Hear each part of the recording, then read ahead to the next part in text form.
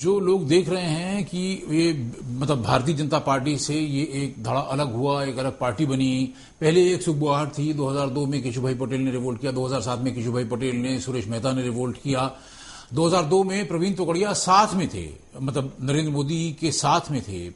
फिर 2007 में प्रवीण तोगड़िया जो हैं वो अलग हो गए और अब ये जीपीपी लड़ रही है। तो आप मिश्रा जी अपनी तरफ से बताइए कि आप तो क्योंकि प्रदेश को कवर कर रहे हैं, पत्रकार होने के नाते आप सब देख रहे हैं, आप जमीनी हकीकत क्या देख रहे हैं वहां पे?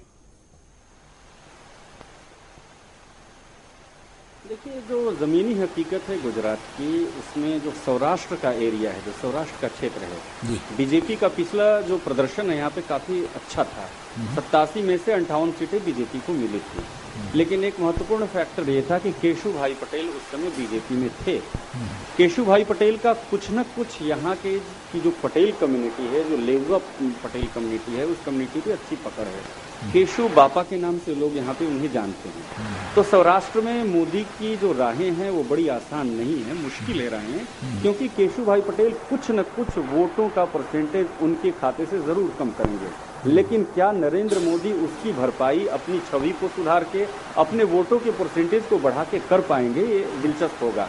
एक जो बात की चर्चा हमारे स्टूडियो में लगातार चल रही थी कि जो वोटों का परसेंटेज बढ़ा है वो एंटी इनकम्बेंसी फैक्टर की ओर इशारा कर रहा है। तो इससे मैं सहमत इसलिए नहीं हूं कि ये जो वोटों का परसेंटेज बढ़ा है उसमें सरकार की तरफ से एक ऑर्गेनाइज्ड वे में एक अभियान चलाया गया जो गुजरात के गांव-गांव तक पहुंचा, स्कूलों तक पहुंचा। विद्यार्थियों के माध्यम से कहा गया कि अपने अभिभावकों को ज़्यादा से ज़्यादा पोलिंग बूथों पर भेजें और सरकार की ये जो ये अभियान रहा उसकी सफलता की ओर भी इशारा कर रहा है। इसे आप सीधे एंटी इनकम्बेंसी फैक्टर से न जोड़ें। एक और मैं उदाहरण देना चाहूँगा, जब दिल्ली विधानसभा का पिछला चुनाव हो रहा था तो उसमें पिछली विधानसभा की अपेक्षा भी वोट का परसेंटेज ज़्यादा हुआ था। तो लोग कह रहे थे कि शीला की सरकार चली जाएगी, शीला की सरकार तीसरी बार वापस नहीं आ पाएगी। लेकिन ऐसे जो मिथक बने हुए हैं भारतीय राजनीति में वो शायद टूटते रहते हैं। अब आपका जो प्रश्न है, मैं हमारे साथ जो बिपिन चंद्र पटेल जी हैं उनसे पूछता हूं कि जो वोटों का परसेंटेज बढ़ा है, इस वोटों के परसेंटेज को बढ़ने को आप किस रूप में देखते हैं? क्या ये मोदी जी के खिलाफ गया है या आप इसको किस रूप में देखते हैं? देखिए, कुछ खिलाफ कुछ फेवर। का जो परसेंटेज बढ़ा है इतना सारा नहीं बढ़ा है। और जो अभी आपने बताया कि जागो मतदार जागो, एक इलेक्शन कमिश्नर की जो एक पॉलिसी थी उसमें सब लोग जागरूक हो गए। और हम भी ऐसा बोलते हैं कि जो मतदान है ये मतदान एक श्रेष्ठ दान है। जैसे चक्षुदान होता है, वीर्य लक्ष्य लोहू का दान होता है, इसी तरह ये मतदान है वो बिना मतदान के सिवा लोकशाही अच्छी नहीं आएगा, उसका भी प्रभाव पड़ा है।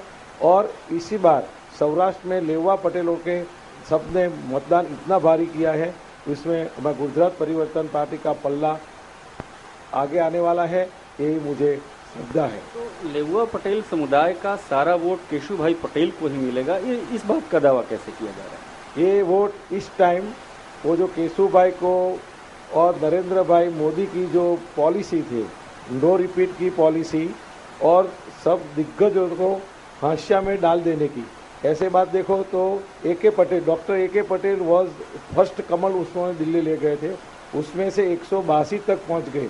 और अब देखो 182 के भी 116 तक भी नहीं आए हैं। और भाजपा ने अपनी रणनीति राम मंदिर बनाने की बात उसको भी भूल गए, 370 की पॉलिसी को भूल गए। अभी उनको एनडीए की बिना पाए की कुर्सी पे वो सबको लग रहा है। और नरेंद्र भाई ये गुजरात का इलेक्शन लड़ रहा है कि दिल्ली का? अभी तो दिल्ली बहुत दूर है। और यहाँ 16 एमपी है, 16 एमपी के पास दिल्ली के में कोई रजूआत उन्होंने नहीं करवाई। यहाँ उनके साथ कोई ज्ञान गोष्ठी भी नहीं है। ये अभी यही समझता है कि मैं ही सिकंदर हूँ, मैं ही नेपोलियन बोनापार्ट हूँ। इसी तरह से उन्होंने पॉलिसी। मिश्रा जी एक सवाल मैं भी पूछ सकता हूँ? पटेल जी क्या मेरी आवाज सुन पाएंगे? बिपिन भाई पटेल साहब मेरी आवाज सुन पाएंगे मिश्रा जी, या आपको मेरी तरफ से पूछना पड़ेगा? नहीं, हाँ, अब मैं आपकी तरफ से आप पूछ लेंगे ना? सवाल पूछ लेते। अच्छा, उनसे ये पूछिए कि देखिए, जहां तक पटेल वोट का सवाल है, देखिए केशुभाई पटेल ने तो 2002 में भी रिवोल्ट किया था, 2007 में भी रिवोल्ट किया था, और डॉक्टर तोगड़िया ने भी 2007 में रिवोल्ट किया था।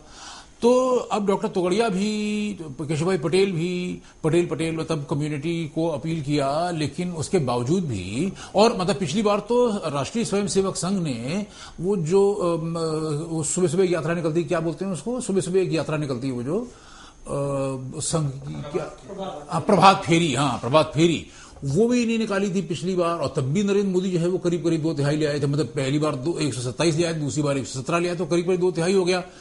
तो देखिए प्रवीण तोगड़िया या केशुभाई, प्रवीण तोगड़िया ने तो क्या कहा था कि 2 साल के अंदर अंदर भारत को हिंदू राष्ट्र बना दूंगा, और ये उन्होंने कहा था मतलब 2004 के चुनाव से भी 1.5 साल पहले। तो उसके बाद तो मतलब 2 साल के अंदर अंदर क्या, उसके बाद तो मतलब बहुत सारा टाइम बीत गया, 10 साल बीत गए, तो वो हिंदू राष्ट्र बना नहीं पाए। और दोनों हाथ में उन्होंने त्रिशूल पकड़ा, उन्होंने कहा है कोई माइक वाला जो मुझे गिरफ्तार करके दिखा सकता है। अशोक गहलोत ने पकड़ के 10 दिन के लिए बंद कर दिया, उसके बाद त्रिशूल दीक्षा कार्यक्रम भी बंद हो गया। तो जो ये पटेल साहब जो मतलब अपने क्या नाम है, विपिन भाई पटेल जी जो बोल रहे हैं कि बीजेपी अपनी बात भूल गई, वो उनकी बात अपनी जगह दुरुस्त है, लेकिन जो इनके सहयोगी हैं डॉक्टर प्रवीण भाई तोगड़िया, वो भी कहां अपनी बात को याद रख रहे हैं, वो भी तो भूल गए।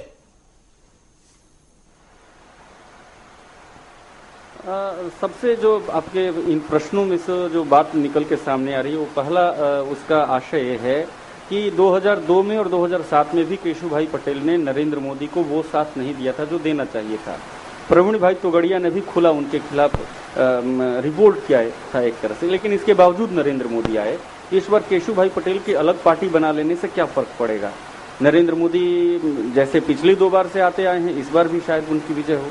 ये हमारे एंकर हैं मनोज जी, वो आपसे सवाल। ये आपकी बात यही है कि 2005 में केशु बापा उनके साथ थे और नहीं, और प्रवीण भाई तोगड़िया कहाँ थे ये दूसरी बात है। लेकिन 2002 के बाद जब नरेंद्र भाई सत्ता पे आए, तब उन्होंने 2004 के बाद जो चुनाव होते थे नगर पालिका, कॉरपोरेशन, उनमें सबको नो रिपीट थियरी में कितने को भाजपा के कितने दिग्गजों को घर पे बिठा दिया और नए नए चेहरे लेके आए, और यही बात बहुत बड़ी वटवृक्ष बन गई।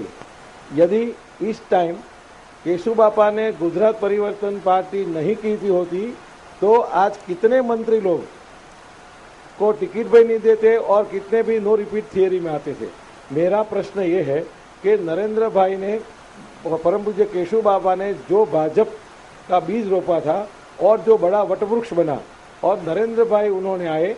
देखो एक बात है, सब कॉरपोरेशन चल रहे थे, किसी को कॉरपोरेशन में जगह नहीं दी, और उन्होंने सारा काम कॉरपोरेशन ब्यूरोक्रेट को दे दिया। और उनके 2007 के बाद कोई एमएलए कोई काम नहीं कर सकते थे। सब एमएलए को बोलते तो आप अपने निर्वाचित क्षेत्र में जाइए और काम करिए, क्योंकि उन्होंने मीडिया के मार्फत सब ब्यूरोक्रेट्स को बोल दिया था कि मेरी आवाज़ जो है उसके पास से काम करो। इसी तरह से आज सारा ओरिजिनल भाजपा के जो पाए के कार्यकर हैं वो सब नाराज है और खिलाफ है। और नरेंद्र भाई की ये पॉलिसी क्या है, एक जादूगर जैसी है। मैं तो ये बोलता हूँ, उन्होंने 600 योजनाओं रखी, लेकिन आज सिर्फ 60 योजनाएं कार्यरत है। उसमें से एक आपको बताऊं दाखला, जो आप बताए तो उसका एक नमूना ये है, उन्होंने ग्राम रक्षक योजना बनाई थी, और ये ग्राम रक्षक में हर गांव में से 5 ग्राम रक्षक रखने के, और 5 ग्राम रक्षक को 1000 पगार से उन्होंने अपॉइंट किया था। और गुजरात के 18,000 ग्राम है, उसमें से 90,000 को उन्होंने रोजी दी, और उनका 9 करोड़ का 1 साल का खर्चा उन्होंने चलाया। वो योजना अच्छी रही, वो 2004 को चली, 5 को चली, 6 को चली, और 7 में वो कहाँ गायब हो गई वो मालूम नहीं पड़ा, क्योंकि युष्मान योजना हम जवाब चाहेंगे बीजेपी की तरफ से हम जवाब चाहेंगे। विजय बंसल जी, आपका क्या कहना है जीपीपी के इस बयान के ऊपर, आपका क्या कहना है? मनोज जी, मेरा मानना है जीपीपी जो है केशुभाई पटेल की बुजुर्गों की पार्टी है। इसके अंदर कोई नया चेहरा नहीं है। भाजपा के वो लोग और जो पार्टी छोड़कर जो पार्टी के साथ दगा करके गए थे, उन लोगों को चुनाव लड़ाया जा रहा है। एक जाति के आधार पर चुनाव लड़ाया जा रहा है, इसके अलावा कुछ नहीं है। केशुभाई पटेल हमारे वो बुजुर्ग नेता थे जिनको फर्श से अर्श तक भाजपा ने पहुंचाया, जिनको गुजरात का सीएम बनाया, जिनके सर पे ताज रखा। हम सब उनके सरपरस्ती में काम करने वाले कार्यकर्ता थे, लेकिन आज वही पार्टी छोड़कर चले गए। तो वो आने जो वहां की जनता है वो सब चीजों को देखती है, वो अपने आप सबक सिखाएगी।